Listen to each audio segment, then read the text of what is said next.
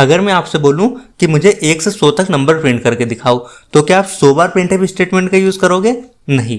आइए आज इस चीज को जानते हैं। Welcome back to my YouTube channel and this is the lecture 27 of C programming series. और आज के लेक्चर में हम बात करने वाले हैं कि सी प्रोग्रामिंग के अंदर लूप्स क्या होते हैं।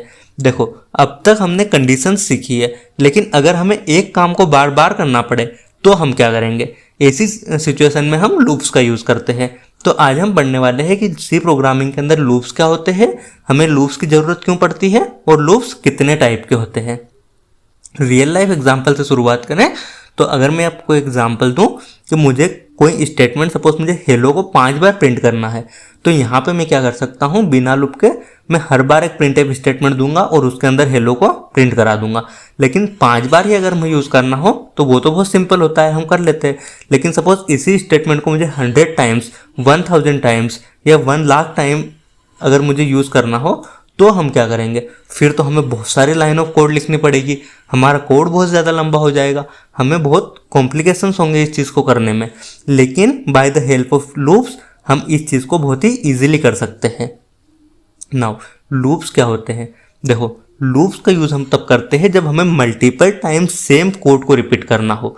सेम कोड को रिपीट करना हो मतलब जैसे मुझे एक ही प्रिंट एफ स्टेटमेंट के अंदर मुझे 100 टाइम्स मान लो हेलो को प्रिंट करना है, तो वो एक ही सेम वर्क है तो मुझे हर स्टेटमेंट में क्या लिखना पड़ेगा? Print F hello, print F hello, print F hello, ऐसे मुझे 100 टाइम्स लिखना पड़ेगा। ऐसे जब मेरे पास में मल्टीपल टाइम्स किसी सेम कोड को रिपीट करना होता है तो मैं वहाँ पे लूप्स का यूज़ कर सकता हूँ। नाउ लूप्स के अंदर 3 चीज़ें होती है। First one is initialisation, second one is condition and third one is increment decrement. देखो, इनिशियलाइजेशन के अंदर हम हमारी वैल्यू इनिशियलाइज करते हैं, देन हम हमारी कंडीशन लगाते हैं कि हमें कहाँ तक हमारे लूप को चलाना है। साथ ही हम इंक्रीमेंट डिक्रीमेंट देते हैं कि हमें कितने वैल्यू से हमारे लूप को इंक्रीमेंट करना है या डिक्रीमेंट करना है। अगर हम एग्जाम्पल की बात करें तो सपोज मुझे 1 to 5 एक नंबर को प्रिंट करना है, तो इसमें देखो सिंपल इनिशियलाइजेशन में हम लिखेंगे जहाँ से हमें स्टार्ट करना है। हमें स्टार्ट कहाँ से करना है? हमें 1 से स्टार्ट करना है। देन हम हमारी कंडीशन में लिखते हैं हमें कहाँ तक एंड करना है, उस चीज़ को हम हमारी कंडीशन के अंदर लिखते हैं। हमें कहाँ पे एंड करना है? हमें 5 पे एंड कर देना है। और इंक्रीमेंट डिक्रीमेंट के अंदर हम लिखते हैं कि हमें कैसे इंक्रीमेंट करना है या डिक्रीमेंट करना है। यहाँ पे हमें क्या करना है? 1 से 5 तक हमारे नंबर को प्रिंट करना है, तो हमें हर बार एक नंबर इंक्रीमेंट करना पड़ेगा। जैसे 1 प्रिंट हो जाएगा तो मुझे एक नंबर को इंक्रीमेंट करना पड़ेगा ताकि वहाँ पे 2 प्रिंट कर सकूँ मैं। ऐसे हमें हर बार +1 करना पड़ेगा। तो इस टाइप से हम इंक्रीमेंट, इनिशियलाइजेशन, कंडीशन और इंक्रीमेंट डिक्रीमेंट का यूज़ करते हैं। नाउ अब अगर हम बात करें कि लूप्स कितने टाइप के होते हैं, तो हमारे पास में लूप्स 3 टाइप के होते हैं। While loop, do while loop और फॉर लूप। तीनों का वर्क देखो सेम होता है, सिर्फ सिंटेक्स का फर्क होता है। और कई जगह हम फॉर लूप का यूज़ करते हैं, कई जगह हम वाइल लूप का यूज़ करते हैं और कई बार हम डू वाइल लूप का भी यूज़ करते हैं। तीनों जो लूप्स होते हैं वो सेम वर्क करते हैं, तीनों का सिंटेक्स डिफरेंट होता है। हम हर प्रोग्राम को तीनों लूप्स के साथ में, तीनों टाइप्स के साथ में लिख सकते हैं। लेकिन कब कौन सा लूप यूज़ करना है ये हमें सीखना ज़रूरी होता है और उस चीज़ को हम आने वाले वीडियोस में ज़रूर सीखेंगे। नाउ अगर हम एडवांटेज की बात करें तो देखो, जब हम लूप्स का यूज़ करते हैं तो हमारा जो कोड होता है वो शॉर्ट हो जाता है, बहुत ही छोटा हो जाता है। जहां हमें 1000 लाइनें लिखनी पड़ती थी एक कोड को लिखने के लिए, वहीं हम सिर्फ 2 लाइन ऑफ कोड के अंदर ही हमारे कोड को लिख सकते हैं।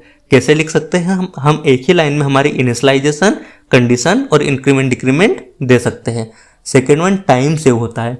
टाइम बहुत ज़्यादा सेव हो जाता है। जब हमें मान लो अगर सेम कोड को हमें 1000 टाइम्स या 1 लाख बार अगर हमें यूज़ करना पड़े, तो वहाँ पे हमें 1 लाख ऑफ कोड को लिखने में जितना टाइम लगता है उसको हम सिर्फ 1 लाइन के अंदर लिख सकते हैं, तो हमारा बहुत ज़्यादा टाइम सेव हो जाता है। और लूप्स को मैनेज करना बहुत ज़्यादा ईजी हो जाता है। कहाँ हमें बहुत ज़्यादा लाइन्स को मैनेज करना हो, कहाँ 2 लाइन्स को मैनेज करना हो, बहुत ही सिंपल हो जाता है ना मैनेज करना। नाउ आज के लेक्चर में देखो हमने क्या सीखा है कि लूप्स क्या होते हैं, लूप्स की हमें ज़रूरत क्यों पड़ती है और लूप्स कितने टाइप के होते हैं। देखो, लूप्स क्या होते हैं?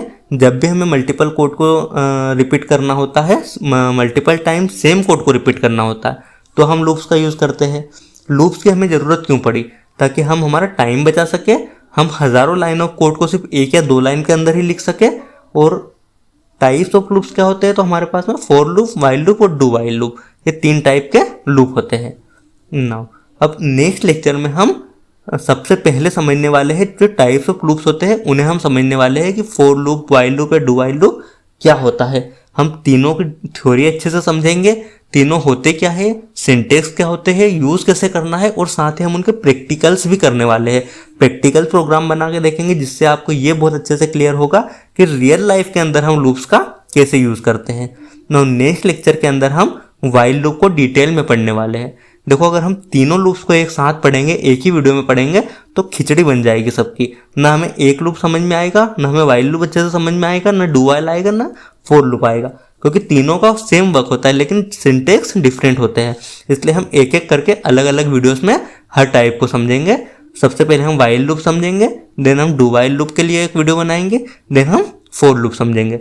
और जब तीनों लूप्स हम अच्छे से समझ लेंगे, उनके प्रैक्टिकल प्रोग्राम अच्छे से कर लेंगे, उसके बाद में हम तीनों के ऊपर बेस्ड बहुत सारे प्रोग्राम्स को प्रैक्टिस करने वाले हैं। जैसे हमने कंडीशनल स्टेटमेंट में for, if else, ladder if और स्विच स्टेटमेंट चारों को समझने के बाद में उनकी प्रैक्टिस की थी, वैसे ही हम लूप्स के साथ भी करने वाले हैं। तो अगर आपको हमारा चैनल अभी तक पसंद आ रहा है, हमारे वीडियोस आपको समझ में आ रहे हैं, आपको लग रहा है कि ये वीडियोस आपके लिए हेल्पफुल है, तो वीडियो को like, comment, share and subscribe जरूर करना। And be ready for the next lecture and have fun. Thank you so much.